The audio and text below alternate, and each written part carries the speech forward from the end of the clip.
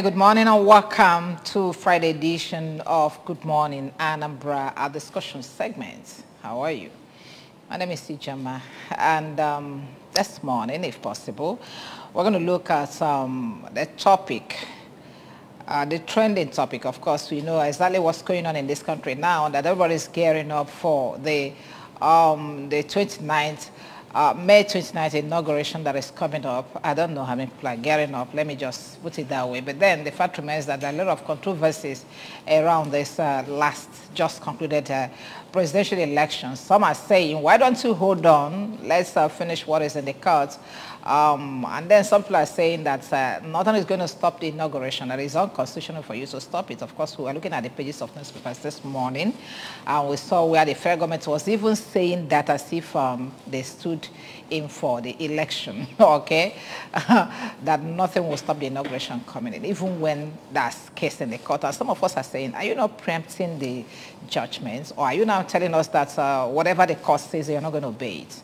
I mean, by maintaining the stance that you just said this morning. So these are the things we're going to look at as they're busy preparing for the inauguration, while some other people are in the court fighting for their mandates. Let's see what exactly is going to, that's supposed to happen between this period, being the 19th day of May to 29th, so we still have just 10 days to go. Okay? Well, the topic we want to look at is May 29 handover, what the outgoing governments should be doing now. And then I have men that have joined me to look at that. The first person is Dr. Emma Udakbe. Dr. Emma Udakbe is a policy analyst. Perhaps that's why he's here with us. Doc, you're welcome. Thank you. Good morning, viewers. Okay. And I also have Professor Mbanefo Ogene. He's also a public affairs analyst. I told you I brought people that should know. Welcome, Prof. Thank you very much. Okay, yes, you heard my intro. The 29th, the federal government said the 29th of May is sacrosanct. That nobody's going to stop what they have planned to do. That's the inauguration of a new government. I'm starting with you that way. Yeah. So what are we supposed to be doing, we the citizens, or now the government that is trying to hand over? Of course, we know that already, they've already started with their program, the handover program. So what is expected of them to be doing, even while they're handling the handover program? A lot of things are still going on. The federal government is still asking for a loan. The National Assembly is still churning out new laws within this space of 10 days. Well, thank you very much. Okay. May 29 now it should just be like every other day. Yes, governments come, government go, but governance is a continuum. If those in power presently understand what they owe to the people, which is providing good, responsible governance, ensuring their security of lives and properties, ensuring that the economy runs well, then the citizens have really nothing to worry about. But whereby they leave that and then back on frivolous expenditures, which is what we are seeing going on in the last few days, as if our problem once again is what to do with money and not really how to manage it, then it gives cause for concern. But one expects that if the government of the day had built strong institutions, we had really nothing to worry, because those institutions will simply ensure that there's stability in the polity. But is that the case with us as Nigerians? Is that the case with our country today? I doubt. Most often we are busy building strong persons and glorifying or trying to probably build our appetite for greed and the sleaze and all that. That is also why we should be really worried. Is all the activities of the last 1 month, has it been in the interest of the common man? Is the government trying to strengthen governance? That is a question we all should answer. With regards to the tension in the land arising from the fact that the election is still under contest, yes, it's become part of it, but I think that we still have enough time within the next 10 days to do what is right, because the government needs to come in, on a platform of credibility. But when there's just a shadow of doubt, it leaves much to be desired. I leave it at that for Prof to come in. Okay, thank you very much. Yes, Prof, the ball is in your court now. What are we supposed to be doing as a people and this government? Is this inauguration, is it supposed to be sacrosanct, judging from the tension, palpable tension of the things in the land? Thank you very much, Joma. It's a very controversial matter. Controversial in the sense that the citizens are watching. In fact, the truth is that the controversy behind the handover is very uncertain, because by now, the citizenry, the members of this country ought to have had the program of handover. In other civilized countries, when King Charles was coronated, for instance, it was very much publicized that these are the events that are going to take place until that day of his coronation. But presently, nobody knows what is happening. As an academic, we are not yet sensitized adequately on the processes of handover. So one keeps wondering, what really are we doing? And as the people are watching that way, then you just hear from the background of certain things taking place which shouldn't take place. These things are not supposed to be. At this stage of the government's leadership, they should be concerned about the citizenry. What should endure? What should really make this nation great? So by now, they ought to have itemized things that they should do before they go, especially those things that will help the incoming administration to lodge in formally and very balanced in their leadership. But that is not the case in Nigeria. So we are still watching to know exactly what this government is out for. Of course, it is the particular way the government is going about it that makes the people now to be suspicious. Because if, for instance, there's no borrowing of funds from, by the government, and these court cases are equally trashed out, or at least attempted, and a number of issues are handled, it wouldn't really create that particular room for people to now begin to wonder what exactly are we up to. So one wouldn't blame the public for being suspicious of what the government is actually out for, because the government is supposed to have by now given us a concrete evidence and assurance that the government will be properly handed over to a new administration.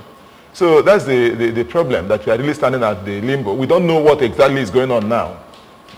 We don't know what's going on, even as Nigerians, even as people that are supposed to be welcoming a new government, that's supposed to be excited about it. I know, like you said, what it used to be in the past, that's going to be a change. That this thing is not working, that tomorrow by this time next week, everything will change.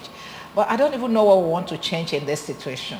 Okay, as a citizen, we are still asking you, wherever you are, participate in the discussion. What do you expect from this incoming government? Okay, the incoming government that the federal government is gearing up to bring in a very short while. And then apart from that, let's look at the last activities of this present government. Just the other day, we heard that the federal government is asking for $800 million. Am I right? Billion or billion? $billion. Okay. No. I think it's million. Okay, it should That's be million. Okay, it's $1 million.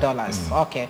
And then to mitigate the effect of oil subsidy removal. And then some of us are asking, have you removed the oil subsidy? And if you have, how many times have you removed it? And excuse me, let's see who has joined us. Yeah, hello. Hello? Okay, how many times have you removed it?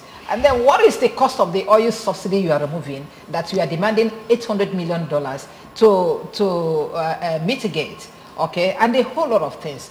And let's see how you look at that.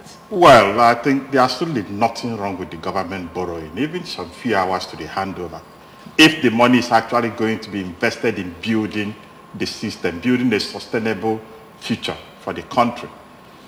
But the worry now is that most times you've borrowed for consumption. If I need to use that word, we don't get to see what the money is for. That is what is giving the citizens some serious worry.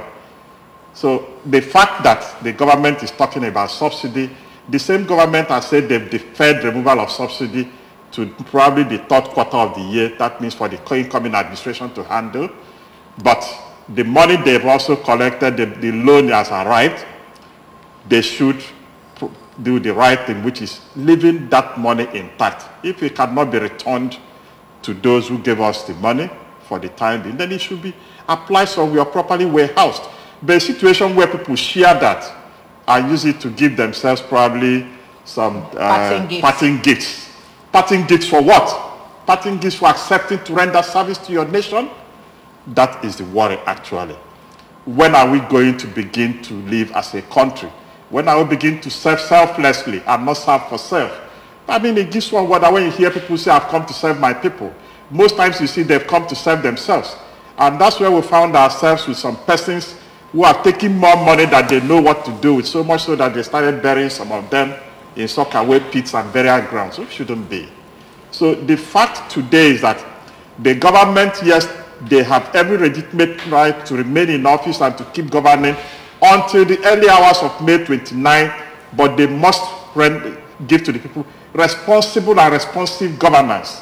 They must do things that they can be held accountable for, things that are sustainable, things that will improve the lives of the people. For as long as that is what they do, we're okay with that. But when people borrow to share among themselves or give to cronies and say you're giving to 150 million poor Nigerians, how are you going to decide that? How are you going to keep sending money to people? You're simply giving them fish, or is that another way of stealing, like we did during the COVID period, that we spent enormous resources feeding children who are supposedly at home? I mean, these things must stop. But that is because we are not yet holding people accountable for their actions and their inactions. And again, we are still allowing people to get away with proceeds of corruption. If you make it difficult for them to spend such, and you also hold them accountable and make them to really serve terms for doing that, I mean, all this will change. It's time we started building this country, Nigeria. Talking about holding people accountable, where do we start? Do we start holding our institutions accountable first, or the people that were elected to be in the government, or the people that were appointed? Because recently we have seen that it is impunity everywhere. You do things and you get away with it. Institution, this one we're looking at NACO and NDDC, the kind of money that they have amassed through contracts and a whole lot of things, and nobody is holding anybody responsible. And just the other day, the governor of Nasarawa State, Matawale, was accused of 70 billion naira, and they said that if you want to probe me, start probing the presidency. That's this level of impunity. So where do we start? I mean, where do we even miss it? The problem actually is that we don't have an enduring system. Because if the country, Nigeria, for instance, is solidly established on some principles and policies like the United States of America, there are things you cannot just easily do and get away with it. But I think that there is a large percentage of ignorance on the part of the public, knowing what exactly you are supposed to do as a citizen, for instance, that the Nigerian nation belongs to all of us. It doesn't belong to a particular geographical entity. It doesn't belong to one individual. Neither does it belong to any institution. It is actually the commitment, first of all, that as a citizen, that there are basic things you ought to do. But the truth is that here the systems have completely collapsed. There's no order. Because the average policeman who should actually stand up to probably defend the law is not doing that. It's just watching. Once the information comes from the above, they will tell you the other is from above. Therefore, nothing actually is done. The military man who should equally be defending territorial integrity is not doing that because most of them are hungry. So they're looking for money. 10 days to hand over. 10 days from now, you are handing over. If I am to be the person that is there in the government, there's no policy I'm now initiating. Neither am I really trying to, do anything again. What I should be thinking about is how to hand over. By now, I should be preparing my handover note. Knowing very well that in the next 10 days, I'm going to hand over. What am I going again? Whatever policies they have now should be left to the incoming administration to handle, not to start creating problems again. Enough of this slavery. The country, we're already suffering in this country. And what is happening now is actually to create, but actually I have said it. What really is the government up to? What are the citizenry really waiting for? Is there anything like handover? That, I think it's a very controversial issue. I said it earlier. Is there anything like handover? If there's anything like the handover, then let us know exactly what the government really is out for. Let it be clearly stated. Transparency should be the watchword. If, for instance, I really want to hand over government, I don't need to now begin to go and get more money or to remove this subsidy or that, or to initiate new policies. By now, I should be looking at things, soberly. I should be thinking about how to really continue the work I have started. Even if another person is coming to take over, but how am I going to hand over to the person to ensure that whatever legacies I have built should endure? Whatever thing I should have done within, even if I'm in government for, let's say, 1 or 2 months, at least I should have known that this is what the goal I have set to achieve, and that I'm going to hand over to another person. And once the time comes for me to hand over, I should be thinking about how to hand over and leave all that issues. So it is because of the way these things are done that makes people to really wonder, is there truly anything like handover? Are we really going to have a new government?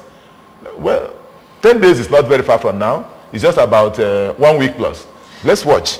Okay, let's keep watching whether that's going to be handover or inauguration or whatever they call it. We're talking about the handover and inauguration. Just this morning, we discovered that the federal government is warning people, if you don't have any business in Ego Square on the 29th, you are not expected to be there. And some of us are asking, it is not inauguration of a new president of Nigeria. So every Nigerian has business with the inauguration of a new president that is going to take over the affairs of Nigeria. And then coupled with that, we heard that they have invited about 65 world leaders to come and witness the handover. You are inviting people outside this country and you are asking the citizens not to come to the handover. Dr. Dabe. Well, I think it shows you that the government has admitted that they are not fully in control of security. That's why they have to micromanage the attendance. But I still want to say that what may be changing on that day is just the political heads of the country. But the administrative structure is still there. And that's actually the engine that drives the system of governance the world over. But when you see our government systematically try to destroy those administrative structures, that's why this happens. If the government funds the civil service as expected, funds the academia as expected, and all that, you find out that whatever happens on the 29th at Eagle Square will have little or no effect on the common man on the street. Because the strong institutions that keep the wheel of governance rolling will still be there. But what you find out is that because the political class seem to be in a competition to see who destroy the actual structures of governance most, especially the civil service, the academia, and others. That's why this is happening. In other places, Britain recently in 1 year changed, or 6 months had 3 administrations coming. It didn't change much. The country kept running. In most other countries, that's the same thing. But here, in fact, some persons have seen it as an opportunity for their life to be changed. It's a miracle they've been praying for, it's about to happen. That should not really be so. Listening to the secretary to the government yesterday, as chairman of the inauguration or swearing, it really out what they were going to do. You begin to ask yourself, is this really worth wasting the taxpayers' money on? It's something they could quietly go to one corner, especially judging from the mood of the moment in the country. It's something they could do quietly in one chamber and then, while not rubbing it in again for the people, to this mindset of people say, you can go to hell, we don't really care how you feel, because that's actually what the government seems to be doing. But I think that it is still not late for us to begin to do the right thing. Governments from the local, state, and federal to begin to invest our money where it matters most, in these structures of governance, the civil service, the academia. The politicians will come and go. It shouldn't truncate the system, because that is what they want, right thing. But when we continue to build on the politicians, and also we should not begin to make it less reflective. People don't go into government to make money. People don't go into government to have probably move from being debtors to becoming people who don't know what to do with money. That is wrong. Mm-hmm. Once we change that, that mindset. Please, before you go to the next issue you want to raise, okay. What government should be doing, what the outgoing government should be doing now. I think that what they are supposed to be doing now actually is to look at the welfare of the masses and find out whether the masses are really okay. For instance, ASO was owed salaries for 8 good months. And these lecturers, in fact, what is happening now in the university system? Have they been paid? Yeah? That's 8 months. They've not been paid anything. Okay. Now, I'm telling you what really is happening now. Most people are running away from this country to other countries. There's serious brain drain. The best brains. Serious brain drain going on presently in this country. At least I know, even in my department. I'm the head of department, and I know how many people that have left. They will pretend that they are going for studies abroad, but then you won't see them again. You won't see them because when they go outside, you see that they have better prospects there. In fact, just ordinary scholarship. People are using it to build homes in Nigeria because when they go abroad, they are better paid. So why would they continue to stay in this country? Some people gained employment and of course dropped. They don't come to offices again because why? What they are paid, the 8-month salary is biting hard on these academics. And so these are the things. Then again, I think that a responsible government should have actually taken, look back at what they inherited from the government they inherited from. Then they should now have a retrospect and they cross-check whether the indices are still on the path of what it used to be. Let's take, for instance, the issue of cost of fuel as at the time this government entered into power. How much was a liter of fuel sold at that particular point in time? Because these are things that will help us to checkmate if things are improving or not improving. How much is it sold now? Of course, if, for instance, good Lord Jonathan government sold fuel at maybe 53 naira, and now fuel is being sold at the cost of 200 naira after many months of skyrocketing of price of fuel, gas, and everything, and now everything is just like that. They should be thinking about how to restore it back to the status quo ante. How was it before they came in, and how is it now? So I think that these are the general issues, the welfare of the masses, the leadership. If the government system is collapsing, what makes it to collapse? They should be looking at that and find out how to restore that confidence on the part of the public, because there's crime everywhere now. Look at the issue now. This torture, this what do you call it? The masses that is, when you go to different tribes, you see all these pressure groups coming up. They are eloquent testimony that, when you go to Niger Delta, you see this Niger Delta, this thing, whatever, Avengers or whatever. You come to the east, you see IPOB, you see all these other people, and they're agitating. Then you go to the north, you see, what do you call them? Boko Haram. The bandits. And all the rest of the, kidnapping is everywhere now. And people are really paying, seriously, they're paying ransom for that. Then even there is that fear. They should be thinking about how to restore the particular dignity of this nation than all these policies they're coming up with now. I don't think that's the right thing to do. All right, don't worry. We spoke to some people on the streets. We'll talk to them. When we'll come back, you have actually stepped into my next question. We'll start, we will appraise this government. Okay, that just has 13 days to go. We'll appraise them. Let's really find out what they have been able to put on ground before leaving. Okay, let's get to the streets. We'll be back very shortly.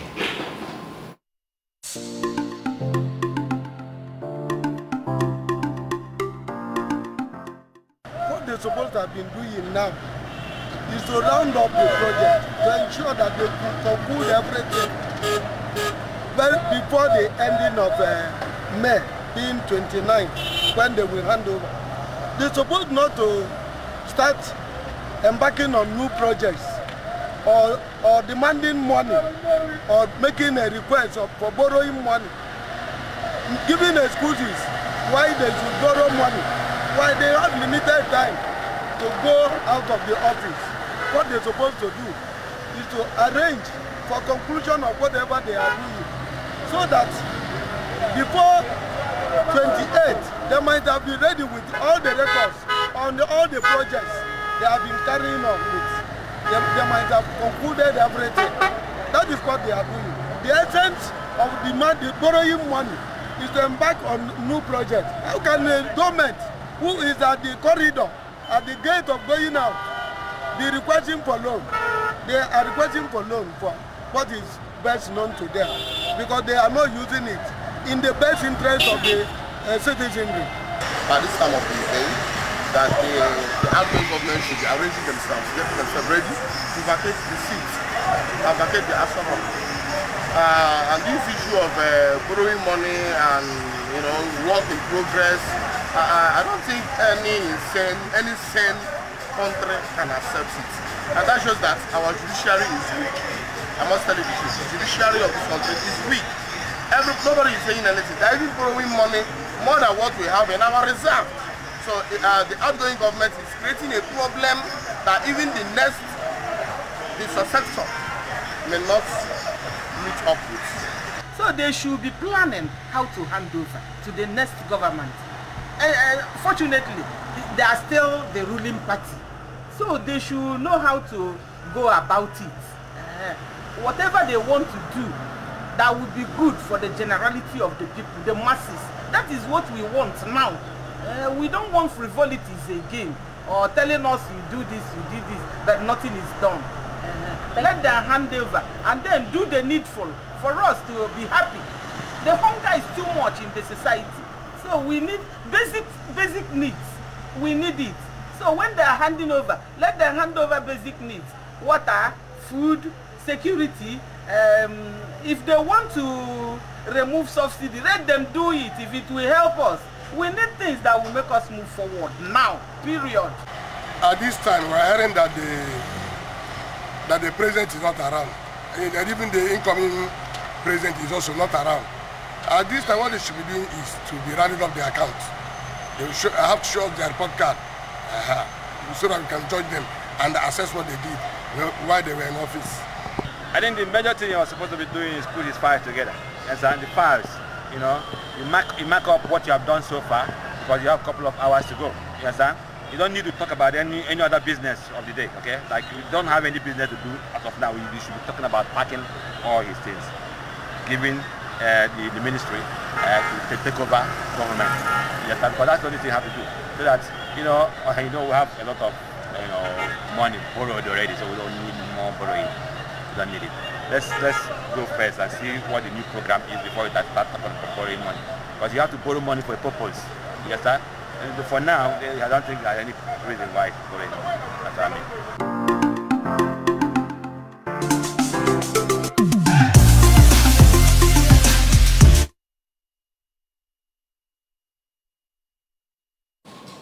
Good to have you back. It is still good morning, Anambra. And then we are looking at what exactly that the present administration is supposed to be doing as they are about to hand over in 10 days' time. That's exactly why we're here. I still have Professor Ogene and Dr. Udabe with me. Okay, now if you want to be part of what we are doing here, you are free to make a call. There's a phone on your line, phone number on your screen that you can use, and then make your own contributions while we go. You can also follow us online because we are streaming this on Facebook. Okay, make your contribution and we'll read it out here. Then, welcome back, gentlemen. Thank you very much. Just recently, the president said that he has delivered on his campaign promises. What he promised Nigeria that he would do for 8 years that he was with, that he has delivered on it. And that's one of his one of the things that is making me happy as he is living. But just today we saw this, that at 22.22% inflation rate, Buhari is leaving legacy of poverty and anguish among Nigerians. Gentlemen, let's as Nigerians begin to appraise this government having stayed in power for 10 years. What and what do we say, that we have gained from this 10 years or have lost, or what have actually changed? Let me start with you. Well, the president campaigned on the premise of bringing about change. And give it to him. He actually brought about change. But what we should be looking at is it positive change or negative change? The primary responsibility of government is to ensure the protection of lives and properties of the people and also enhance their welfare. What has happened in this direction? Is the country safer today than it was in 2015? Are the citizens better today than they were then? So if you look at it, yes, our president has succeeded in making the country more insecure than he met it in 2015. And that is change, of course, but not positive change. The president and the government have succeeded in making the masses poorer than they were when he took over. But then, what? One minute, sir. 1 minute, sir. Yeah, hello. Hello. Yeah, good morning, sir. Hello. Hello, good morning. Okay, you may try back, please. Go ahead, sir. Well, so the point I'm making is that whichever way anybody, some may tell you that the government has done well. It now gave us the second Niger bridge. Somebody will tell you that Enugu Port Harcourt road is better. Are those really what we should be celebrating? You need to also feel safe to travel on those roads, because the road is now smooth, but you cannot move on it. So what's the point? The primary thing we had expected, and more so coming from a retired general, because that was part of why the people felt, yes, he was the best. They say, oh, trust me, coming from the military, I know what to do. Within 2 weeks, 100 days max, insecurity will be over. Today, it is gotten worse. Also through the actions, some policies of the government. They succeeded in militarizing some other sections of the country that were then safe and not where there were little or no agitation. The government has succeeded in sowing those seeds of agitation, owing to the inequities and the inequalities they introduced into the polity. Are the people faring better? No. More Nigerians are today into poverty than we had before he came in. So what is really there to celebrate? Every other thing anybody is celebrating, yes, probably some few politicians appear to have done well in quote for themselves, but they are going to be inside their bedroom, probably enjoying that because they cannot walk the streets of the country freely. If they have done well upon handover, let any of them move from one part of the city to the other without armed security. And that's when you now see whether the people really enjoyed the dividends of your being in power, whether you gave them value for their votes or not. But I'll leave it at that. Okay, sir. Yes, Professor Ogene, you've started looking into this earlier. Let's now look at the state of our economy generally during the period of these 8 years that this government was in power. Would you say that they've really fared well? Well, just like Professor Udabe said, before you start, sir. Yes, please. Is anybody here? Hello? Okay, go ahead. So the Buhari-led administration might have actually meant well for the nation. At least as a young man, I happen to have known him, that's General Buhari, as somebody that was really seriously against corruption and indiscipline. That is why he launched war against indiscipline and corruption with the idea about that time. And it's like every part of this country was sanitized because of the harsh measures he introduced. I met him in person when I traveled to Kaduna some time ago. We were there for a particular trade fair. He was there, and he was a very simple, down-to-earth man. But then you find out that one's principles and leadership are quite contrary. It is not actually what somebody means or what somebody thinks that is there in government. In leadership, a lot are required. He came into government at the time that the nation was battling with some forces, external and internal, trying to destroy this nation, the Nigerian polity, the pressure groups. And the worst part of it was when it was eventually linked to religious, to the religious undertone, that eventually other forces had to rise up. And so he just is leaving a legacy of turmoil, controversy, insecurity, because in the course of trying to solve one problem, he ended up creating more problems for the nation. Because all these other forces that came up from different ethnic regions were as a result of what started from the north.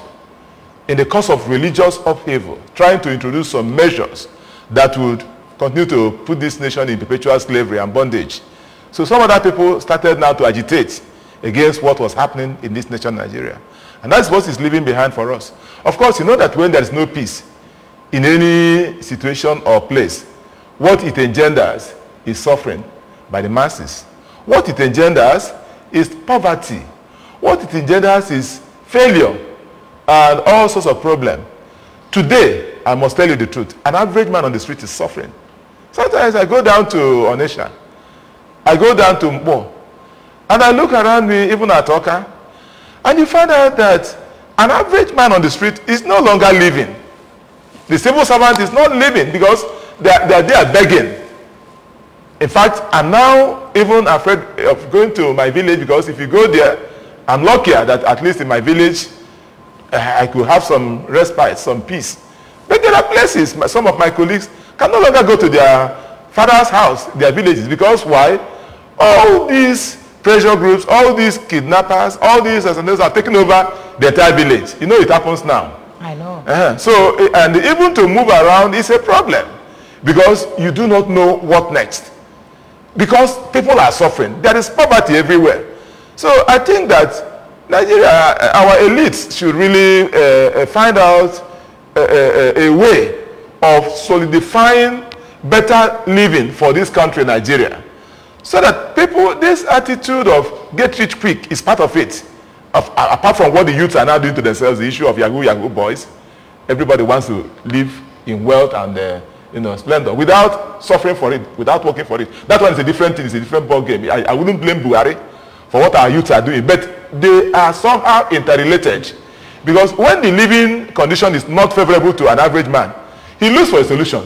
So the solution is that when the native doctor says, go and get a woman's underwear, and then you will cut your mother's head. Cut your mother's head, and I will make a charm for you. So that's what you are not seeing because of that confusion. But if the culture, if we really need such bodies that started earlier, like National Research Agency, War Against Industry, we need some of those bodies to re-educate the masses.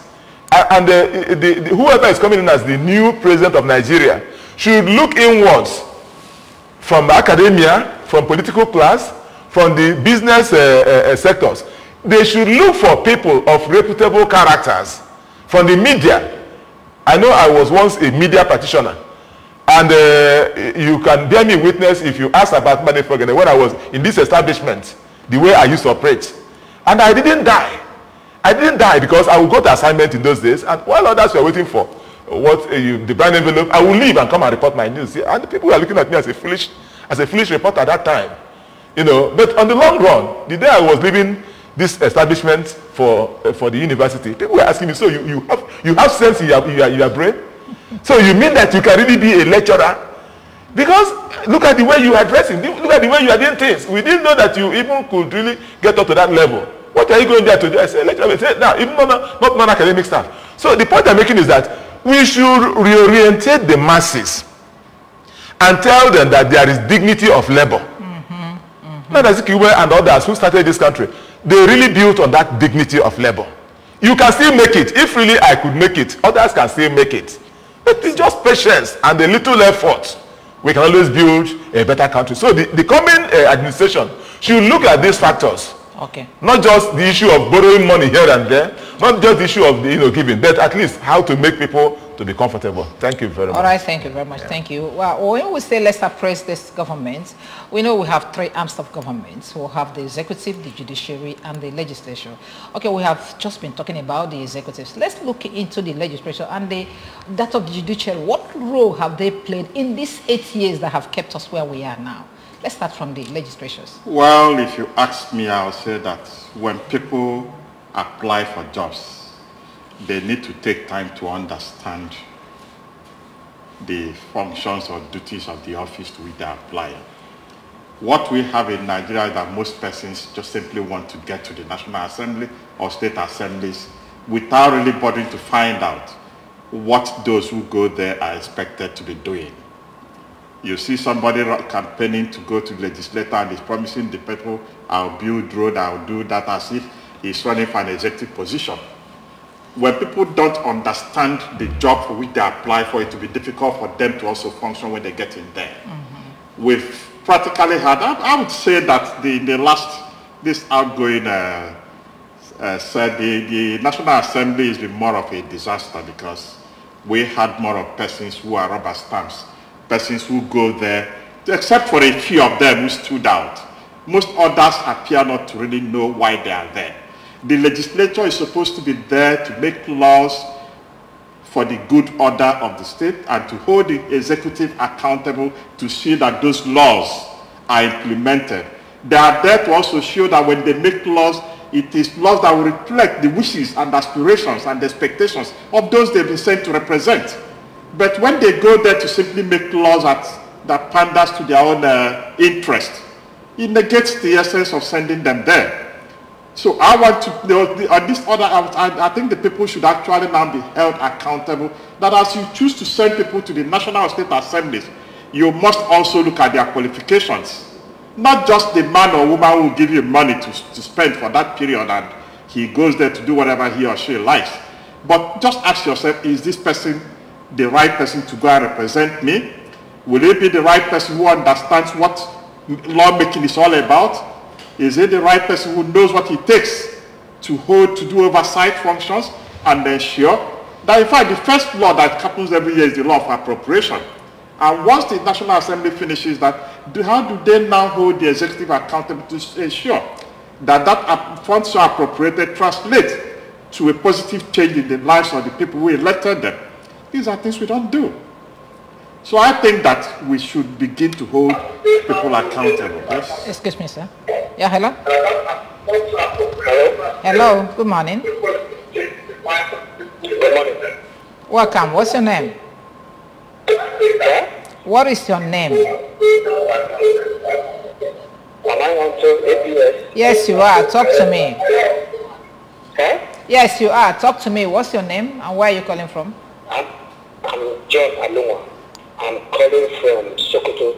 Okay, George Anua from Sokoto. Make your contribution. John. Okay. From Sokoto. Okay, noted. Yeah, concerning the second, the third topic of National Assembly or federal lawmakers. You know, in this country, we believe in the first narrative of Olusegun Obasanjo about Ghana must go issue.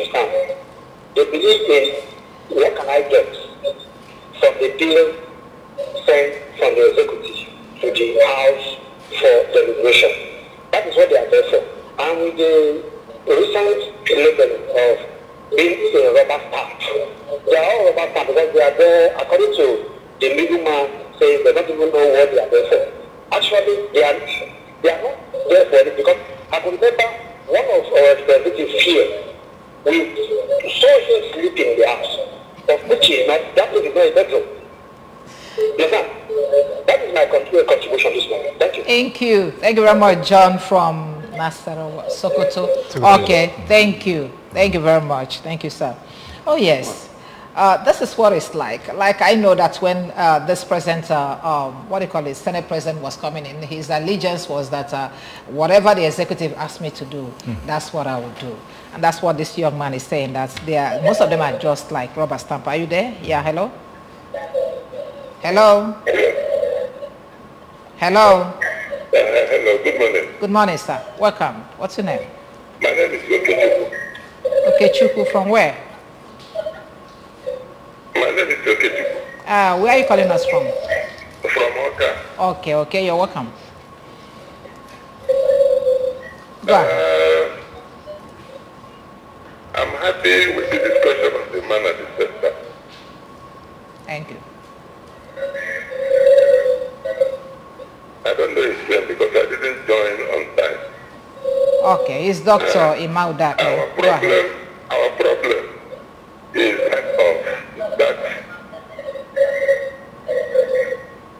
orientation.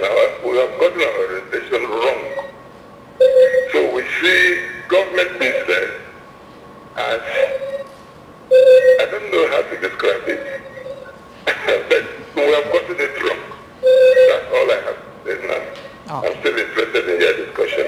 Thank you very much, sir. Okay. While we are expecting, let me also say this, that because our legislators have been benefiting from votes that do not count, votes that cannot be verified, it makes the recall system difficult.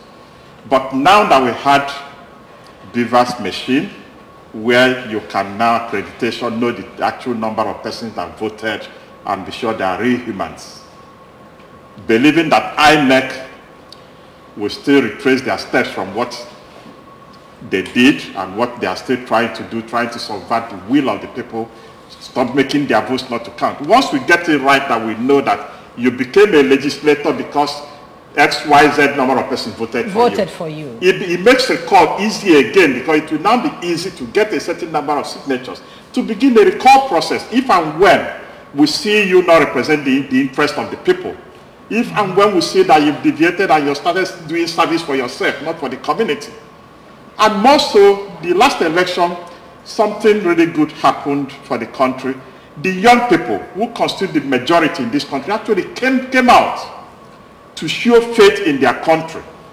And if you had allowed the wishes or the statement they made through their votes to count, you find out that even a good number of them who have been leaving the country will stay back, because they now know that it will no longer be business as usual. They now know that if you get to the assembly and you begin to do that other than which they thought they had sent you to do, they start a recall process and you find yourself out.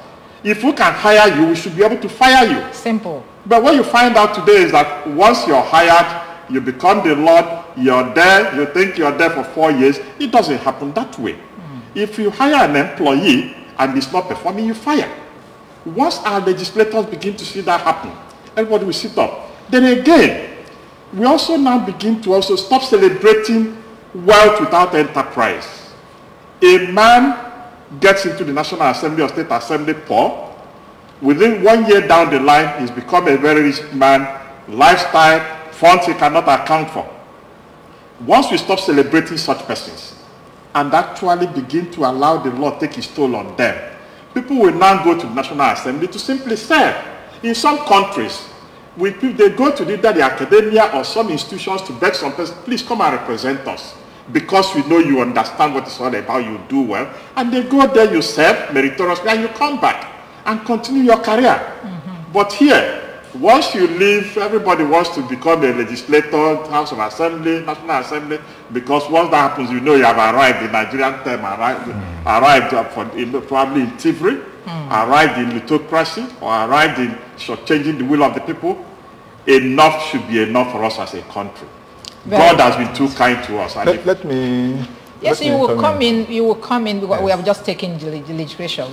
You will come in the judicial aspect of what we are trying to do. I would have wanted to really contribute to the legislators. Okay, go ahead. Because I am glad at what Dr. Dabe is bringing up.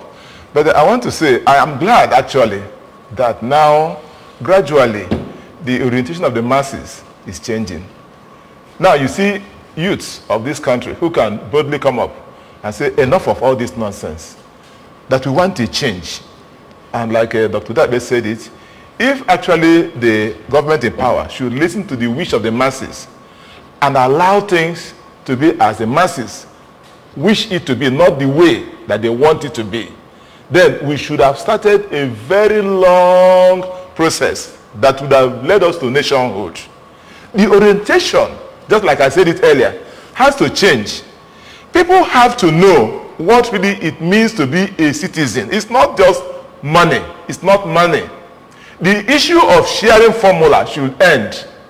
Because what really causes problem in this country is that the average man on the street, or let's say a politician who is going there to represent the masses as a legislator, is going there because of the sharing that it will be shared. Nigeria started. We saw you have started in the National Assembly. So Nigeria is a national cake. Nigeria is national cake where everybody goes there. And of course, if you go there and you don't make a return by going back to those people who really voted you into power, of course, they will throw stones at you that you have failed them. And so someone like me, for instance, as an academic today, as a professor, people will be looking at you, what have you given us? And I said, you want me to go into corruption? To get that money, because where do I get that money to really now begin to dish out to my own people, my own constituents? So when the orientation is right, everything becomes right. In essence, it's not that the legislator might not have a vote to develop his own constituency.